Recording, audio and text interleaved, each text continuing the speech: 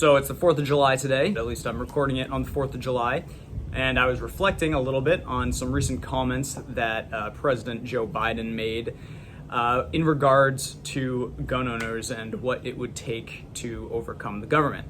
I'll play the clip for you. And I might add, the Second Amendment from the day it was passed limited the type of people who could own a gun and what type of weapon you could own. You couldn't buy a cannon. Those who say the blood of patriots, and all the stuff about how we're going to have to move against the government. Well, the tree of liberty is not water with the blood of patriots. What's happened is that there never been, if you wanted to think you need to have weapons to take on the government, you need F-15s and maybe some nuclear weapons. The point is that there's always been the ability to rationally limit the type of weapon that can be owned and who can own it.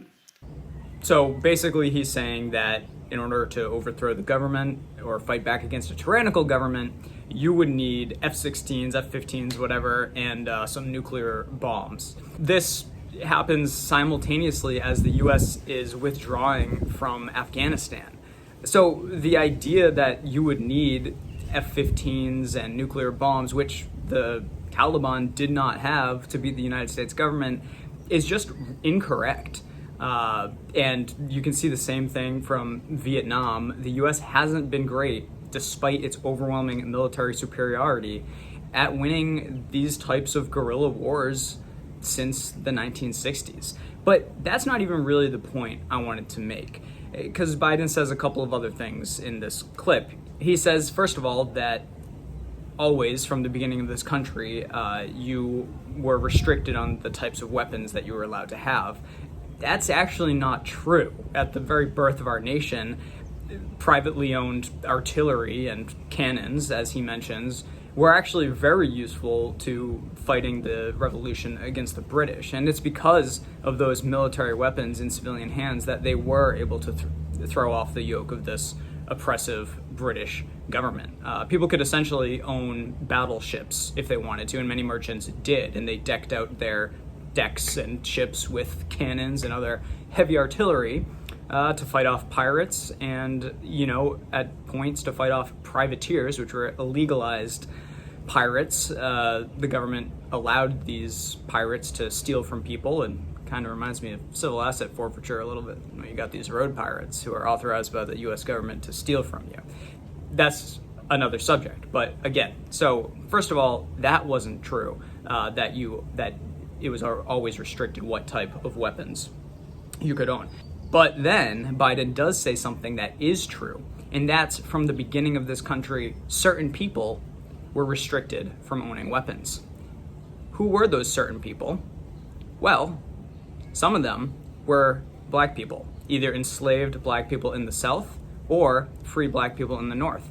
These were some of the most disenfranchised people throughout history who could not own weapons. And even after the Civil War and the Emancipation Proclamation and black people were freed from slavery, they were still some of the most restricted people who could not own these weapons. That is a perfect example of systemic racism. Systemic racism, which does still exist to this day, because still black people are more often arrested for unregistered guns, for instance. But why should you actually have to register a gun if it's your right to carry one and protect yourself? They talk about these new voting laws and how these voting laws are racist. And the main crux of this point is that these voting laws are racist because they require black people or other minorities to have an ID to vote. And that is a type of disenfranchisement, because apparently it's really difficult for black people to get an ID, which alone is very patronizing and frankly racist. But anyway, that's basically the left's argument why these voting laws are racist. Now, tell me, if a voting law that requires an ID to vote is racist, like a poll tax, then how exactly is requiring these IDs and extra training and all these other requirements to get a firearm license, to get a gun permit, how is that not racist? The answer is, it is. Firearm licensing has always been meant to disenfranchise black people. It was so that the KKK in the South could roll up on a black family and know that they weren't going to meet any resistance, and know that they weren't going to be able to protect themselves. firearm licensing from the very beginning, those certain people that Joe Biden talks about not being able to own one, was racist. That was the entire point of it. Again, a perfect example of systemic structural racism. Requiring licenses to cut hair or braid hair. You know, that's obviously keeping up and coming people down.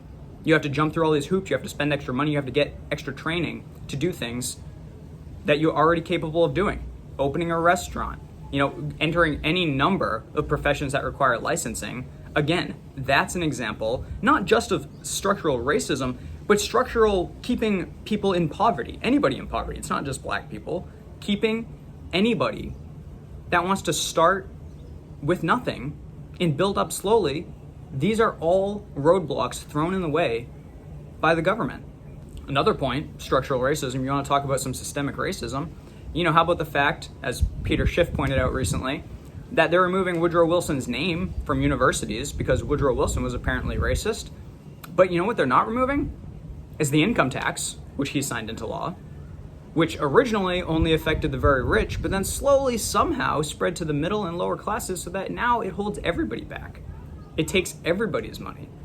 And obviously, when you take a few $1,000s from somebody, that's going to affect somebody at the very bottom a lot more than it affects somebody at the very top.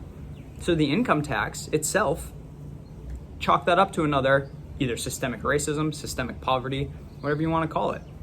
You know, there's a few other things that Woodrow Wilson did. We should repeal it all. He signed the Federal Reserve Act. You think the Federal Reserve isn't keeping people in poverty with their inflation?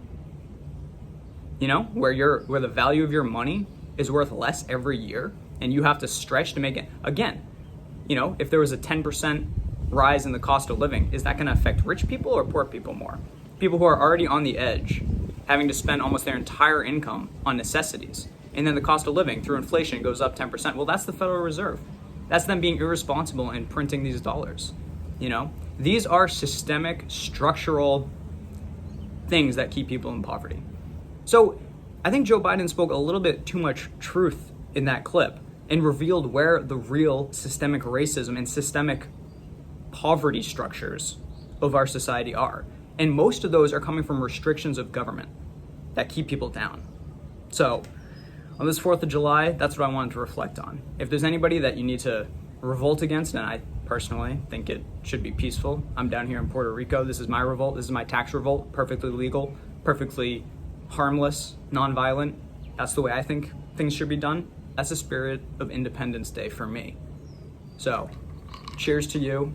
Enjoy your Independence Day. Cheers. That's good. Anyway, this one was a little bit more off the cuff. I didn't write out a script or anything. I just had some comments that I wanted to mention. So, hope you enjoyed it. Throw me a like, throw me a follow, hit that little bell so that you're notified again. I'm Joe Jarvis. Thanks for watching. Come back and see me again soon.